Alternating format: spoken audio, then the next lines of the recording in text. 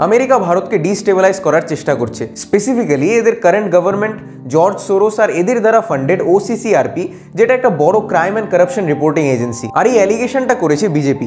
Currently আমরা জানি যে সেন্টারে NDA এর সরকার আছে, আর এর সব থেকে বড় পার্টি হলো ভারতীয় জনতা পার্টি। তো বিজেপি এর মতে US এর যে কারেন্ট পার্টি পাওয়ারে আছে, মানে জো বাইডেনের ডেমোক্র্যাটস, এরা ভারতকে ডিস্টেবিলাইজ করার জন্য এই NGO মানে organised crime and corruption reporting প্রজেক্টকে ফান্ডিং দেয়।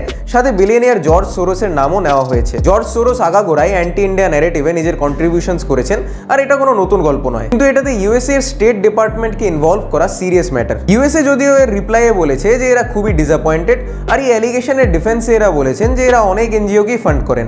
তো কে কি করছে অত হিসাব এরা রাখে না। আর এই যে OCCRP আছে, এদের দেখা গেছে খুবই বেশি পরিমাণে আদানি গ্রুপ আর ভারতের ডোমেস্টিক পলিটিক্সে ইনভলভ হতে। ইভেন রাহুল গান্ধী এদের রিপোর্টের বেসিসেই আদানিকে টার্গেট করেছেন। রিসেন্টলি কেনিয়ার সাথে যে এয়ারপোর্ট আর পাওয়ার ডিল আদানির হতে যাচ্ছিল, ওটার উপরও এরাই রিপোর্ট করেছিল। আর আপনারা আশা করি হিন্ডেনবার্গ রিপোর্টের ব্যাপারে অবশ্যই শুনেছেন।